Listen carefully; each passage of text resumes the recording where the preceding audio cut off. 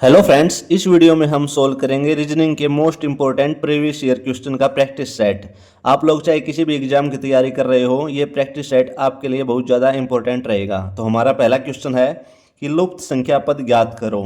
यहाँ पर दे रखा है 15, 12, 9, 6, अंदर दे रखा है 6। यहाँ पर है 16, 12, 8, 4 और अंदर है 8। इसमें पूछा है कि 14, 11, 8, 5 अंदर कौन सी संख्या आएगी। ऑप्शन ए 12, बी 10, सी 8 और डी 6। तो इस क्वेश्चन को सोल्व करने के लिए क्या किया गया है, देखो इसमें ये जो 15 है, इस 15 में से इस 9 को घटाया तो कितना आया 6। ऐसे इस 12 में से बड़ी संख्या में से ये 6 को घटाया तो कितना आया यहाँ पे 6। तो इन दोनों संख्याओं का जो अंतर है वो यहाँ पे लिखा गया है। एक बार हम इसमें और चेक करके देखते हैं। 16 में से यहाँ पे 8 को घटाया कितना आया यहाँ पे 8। ऐसे ही 12 में से इस 4 को घटाया तो 12 में से 4 घटाएंगे यहाँ पे आ गया 8। तो क्या लॉजिक है, इन दोनों संख्याओं का जो अंतर है वो यहाँ पे आएगा, यानी 14 में से 8 घटाएंगे तो कितना हुआ यहाँ पे 6। ऐसे ही 11 में से 5 घटाएंगे तो यहाँ पे कितना आया 6। तो ऑप्शन डी 6 इसका राइट आंसर हो जाएगा। चलते हैं अगले क्वेश्चन पर। अगला क्वेश्चन है निम्नलिखित संख्या श्रेणी से अगला पद ज्ञात करो। हमारे पास एक सीरीज है 7, 12, 28, 52 और क्वेश्चन मार्क। तो पूछा है कि यहाँ पे कौन सी संख्या आएगी। ऑप्शन ए 68, ऑप्शन 2 85, ऑप्शन 3 124 और ऑप्शन 4 128। तो अगर हम यहाँ पे देखें 7 से 12 हुआ है, यानी अगर इसमें 5 जोड़ें तो 12 हुआ। 12 से 28 हुआ है, यहाँ पे जोड़ा गया है 16 और 28 से 52 हुआ है, इसमें जोड़ा गया है 24। देखो ऐसे तो कोई पैटर्न फॉलो नहीं हो रहा, पहले 5 जोड़ा 16 24, तो ये लॉजिक तो नहीं लग रहा। इसमें क्या है, एक होता है अभाज्य संख्या। अभाज्य संख्या कौन सी होती हैं, 2, 3, 5, 7, 11, यानी वो संख्याएं जो सिर्फ अपने आप से और एक से भाग होती हों उनको अभाज्य संख्या कहते हैं। अब देखो यहाँ पे क्या हुआ है, जो दो अभाज्य संख्या है, ये जो 2 है इसका अभाज्य संख्या का स्क्वायर किया है और उसमें 3 जोड़ दिया। तो 2 का स्क्वायर हुआ 4 और 4 में 3 जोड़ा तो हो गया 7। तो ये पहली संख्या यहाँ पे 7 है। उसके बाद है भाज्य संख्या 3। अब यहाँ पे 3 का स्क्वायर करके और उसमें 3 जोड़ा गया है, 3 का स्क्वायर 9 और 9 में 3 जोड़ेंगे तो 12। यहाँ पे उसके बाद है भाज्य संख्या 5। 5 का स्क्वायर जमा 3 25 और 3 हो गए 28। उसके बाद 7, 7 का स्क्वायर जमा 3 49 और 49 में 3 जोड़ेंगे तो हो गए 52। उसके बाद है भाज्य संख्या 11। तो हम यहाँ पे 11 का स्क्वायर करेंगे और उसमें 3 जोड़ देंगे तो 11 का स्क्वायर हुआ 121 और 121 में 3 जोड़ेंगे तो होगा 124। तो यहाँ पे आ जाएगा 124। ऑप्शन 3 124 इसका राइट आंसर हो जाएगा। चलते हैं अगले क्वेश्चन पर। अगला क्वेश्चन है निम्नलिखित प्रश्न में दिए गए विकल्पों में से विषम अक्षर या अक्षरों को चुनिए। ऑप्शन है हमारे पास A, Z, I, R, H, T, J और क्यू।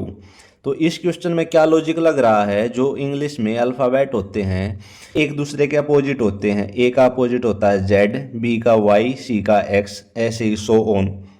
तो देखो यहाँ पे पहला ऑप्शन है ए और जेड, तो यहाँ पे हो गया ए का अपोजिट हो गया जेड।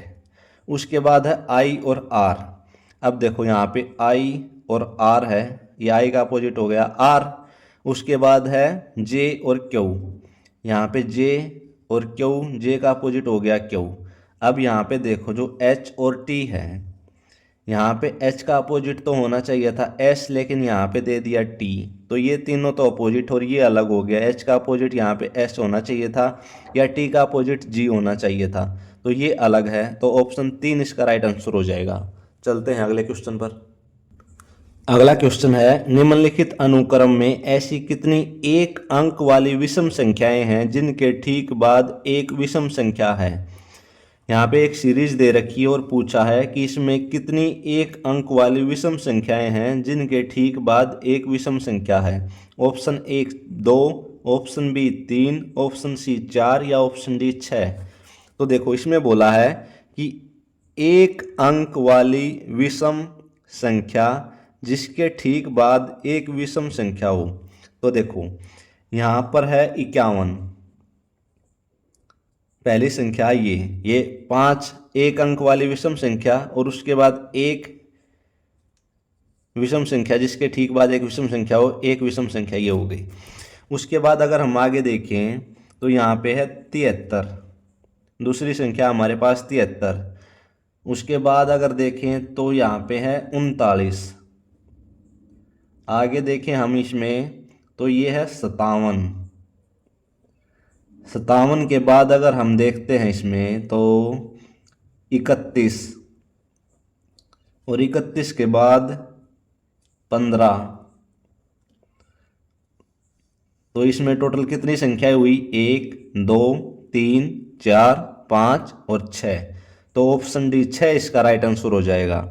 इसमें क्या पूछा था कि एक अंक वाली विषम संख्या है जिसके ठीक बाद एक विषम संख्या है। तो यहाँ पे एक अंक वाली 5 विषम संख्या और उसके बाद विषम संख्या 1, ऐसे 73 39 57 31 और 15। चलते हैं अगले क्वेश्चन पर। अगला क्वेश्चन है, दिए गए विकल्पों में से वेन आरेख चुनिए। बिल्ली, पालतू और कुत्ते के बीच वेन डायग्राम बताना है। ऑप्शन ए, बी, सी या डी। तो देखो कुछ बच्चे क्या करेंगे इसमें देखेंगे कि बिल्ली के लिए वेन डायग्राम बनाएंगे ऐसा, ये हो गया बिल्ली का। फिर बनाएंगे कुत्ते के लिए वेन डायग्राम ऐसा और फिर बना देंगे ये पालतू वाला ऐसा। ये है गलत। इसके लिए क्या बनेगा देखो, पहले बनाएंगे बिल्ली के लिए, पहले हम बनाते हैं पालतू के लिए। ये है पालतू के लिए वेन डायग्राम।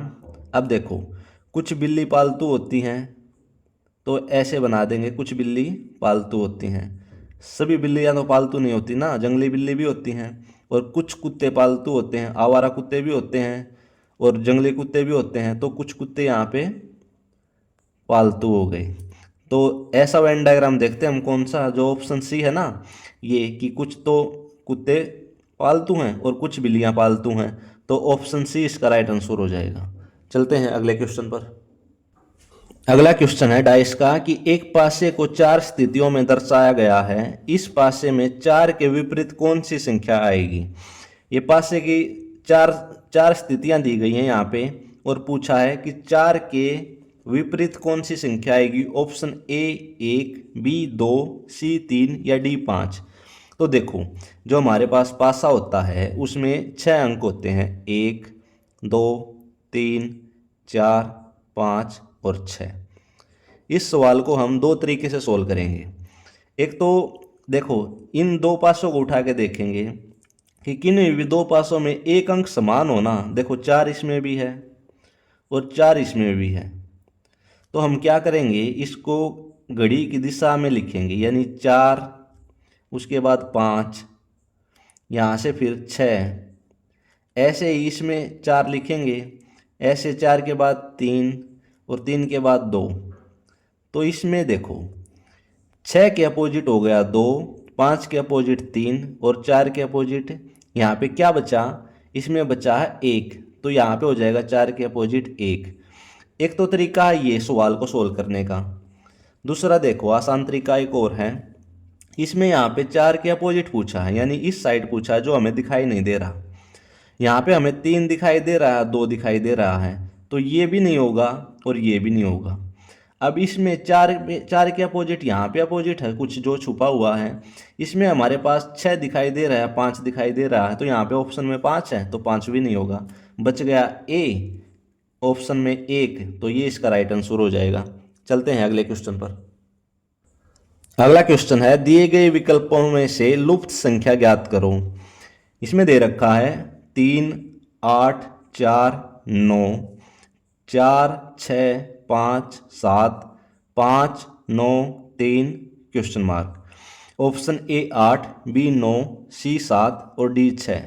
तो ये बिल्कुल आसान सा सवाल है। इसमें क्या लॉजिक लग रहा है, इसमें जो ये नीचे वाली संख्या है ना 2, इन दोनों का जोड़ 8 और 4 हो गए 12, और ये जो ऊपर वाली संख्या और बीच वाली संख्या इन दोनों का जोड़ 3 और 9 हो गए 12।